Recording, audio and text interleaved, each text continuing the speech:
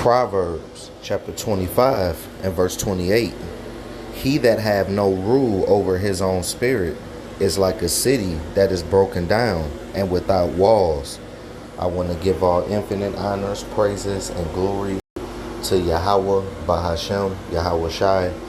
Double honors to the apostles and elders of Great Millstone that taught us this truth and sincerity. They steered us well and they rule well. Salutations to the hopeful elect. May the blessing of election be upon your house. This is the brother Zion Amawan coming at you with another lesson. Defeat the lambs through the Holy Spirit. Haracha Akodash. Lord willing, this lesson is edifying. In this lesson, we are going to get into control your emotions. All right, control your emotions. And I'm doing this lesson for myself first and foremost. All right, because this is what we all must do as men of the Lord. Speaking to myself first is controlling our emotions, man. Because as you can see, going around through social media world, you can see there's a lot of men, quote unquote, crashing out. That's the term that the masses use nowadays, is crashing out. All right, when a person just don't give a fuck and they just do impulsive wickedness and they end up dead or in jail, man, or in the hospital. One of the three. All three gonna happily oblige your ass too. If you are a quote unquote crash out, jail or prison, the hospital or the grave.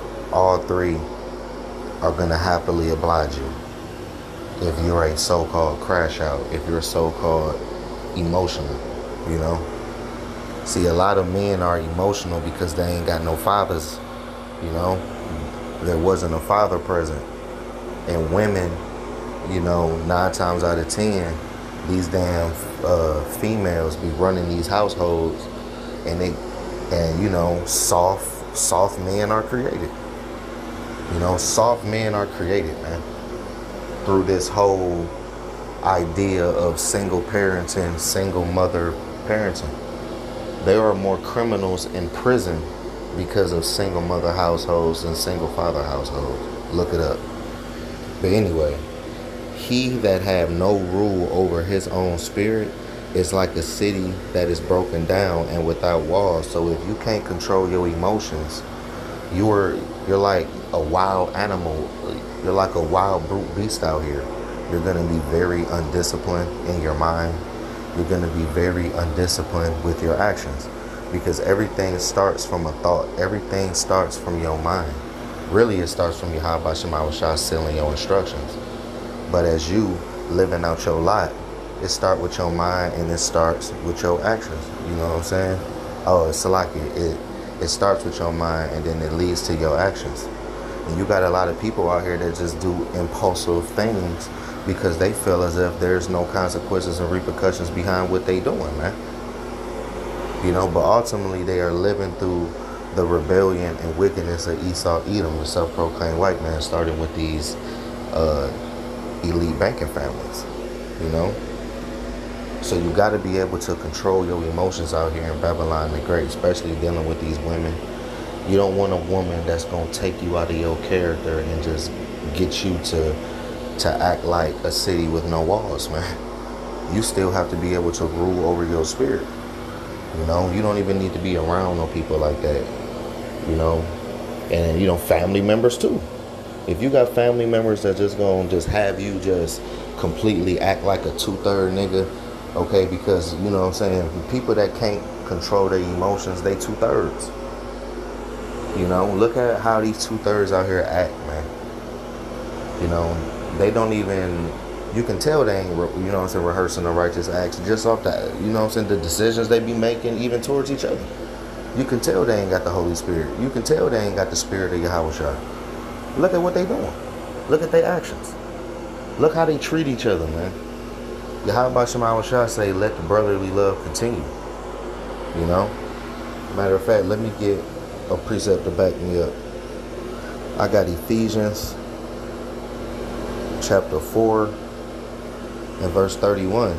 It says, Let all bitterness and wrath and anger and clamor and evil speaking be put away from you with all malice, and be ye kind one to another, tender-hearted, forgiving one another, even as Yahweh Shema Shah for Hamashiach's sake have forgiven you. You see? You're supposed to be tender-hearted and tender towards the brothers and sisters of your nation. Not trying to kill them and fuck them over. That don't even make sense. Yahweh Shema Shah said what? Let the brotherly love continue, man. You know? That's why Jake got an evil eye towards his brother now. You know? And he even got an evil eye towards his sister. And the sister got an evil eye towards her brother. You know?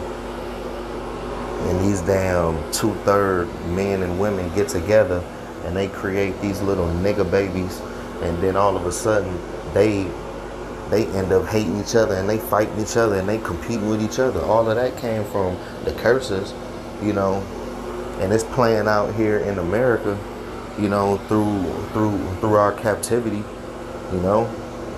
Look at the Willie Lynch letters and all of that, man. Where they gonna put the female against the man against the female, the old against the young, the good hair against the so-called nappy hair. All of these differences, all of these, you know, comparisons, man. All right. And then, you know, since she'll get the, you know, comparing you to something that you're not even close to. She'll even tell you, you ain't no man of the Lord. You ain't no prophet. Just the, man, that ain't nothing but Satan, man. You know? Or who knows, you'll be out in public or something. Somebody may start some shit with you. You know what I'm saying? The best fighters walk away. You know, the best fighters walk away.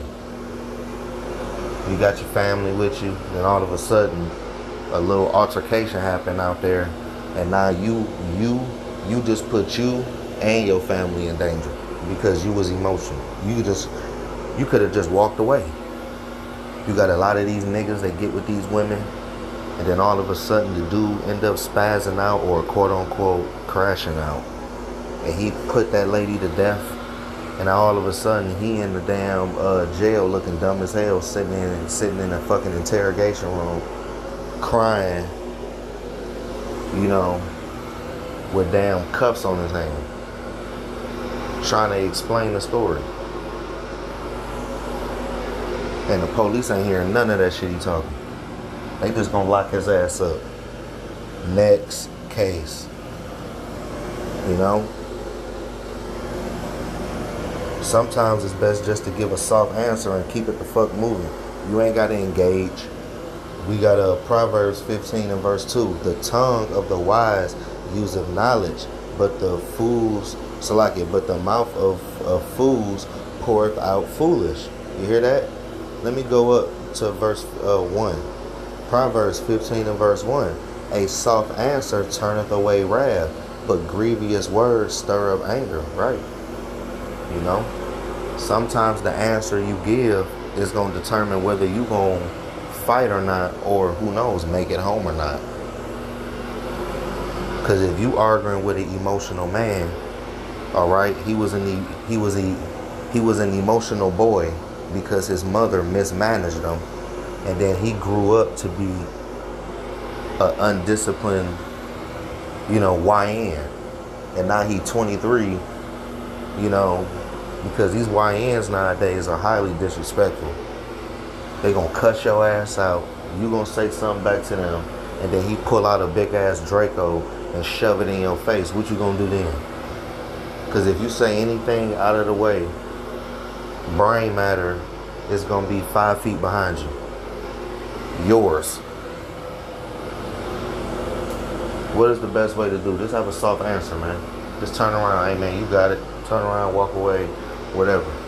Don't even engage. But Jake out here, pride be all hurt and ego be all touched to the point where now they gotta say something. Or, you know what I'm saying, or do something. You know? If you gotta turn into an Ike Turner on these damn females, man, dump that bitch. You shouldn't even be an Ike Turner or nothing like that. This bitch don't wanna want to respect you and nothing like that, man, kick that hoe to the curb, man. There's plenty of fish out here in the sea to be fucking around with versus a loudmouth bitch, a baboon mouth bitch, man. You ain't gotta be, don't even engage. A soft answer turneth away wrath, but grievous words stir up anger, right, man? So if you wanna keep running off at the mouth with them, things gonna escalate. Point blank, period. So if you want all the smoke, you need to be, keep that same energy when the Lord bring all the smoke your way. All right? And the Lord just ain't gonna bring smoke. He gonna bring that fire. And the only thing you had to do was just shut the fuck up and turn around and walk the other way, man. Or just don't engage at all. You don't have to say nothing to nobody. Now, if that bitch want to argue and she calling your phone, you do not have to answer your phone.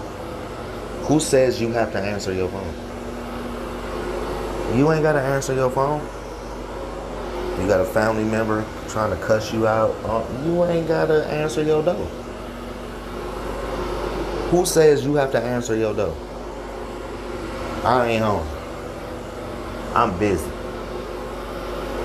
Cause you ain't trying to engage in that bullshit. Don't let a 2/3 take away your joy. Don't let a 2/3 take you away and you start to forget who the fuck you are. You a Hebrew Israelite. Hell no. You continue to walk therein in this good way.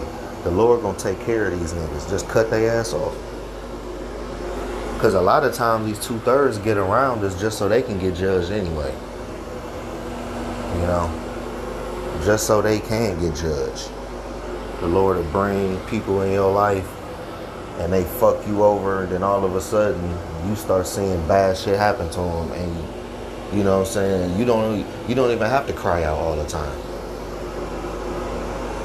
You got angels and you got Yahweh Shema Shai that are just working your behalf just because of what you done for Yahweh Shema Shai.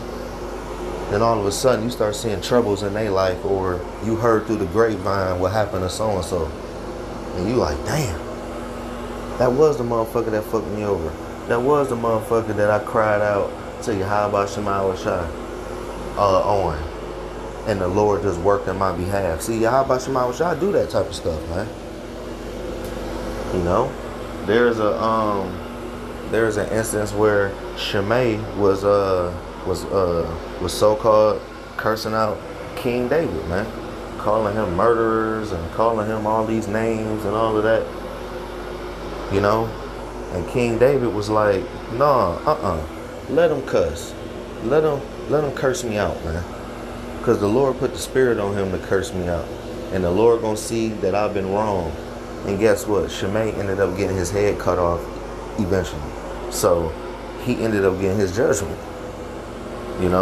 just off talking to King David that way, and we in the house of David. So how you think the Lord is going to do these niggas that do you the wrong way?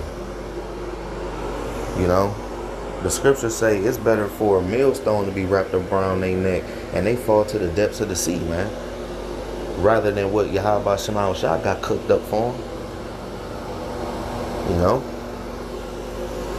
But Lord willing, this lesson was edifying. I want to give infinite honors, praises, and glory to Yahweh Ba'ashem Yahweh Shai. Double honors to the apostles and elders of Great Millstone. Shalom to the elect. We on the next one. I'm Barat Tazah. Shalom.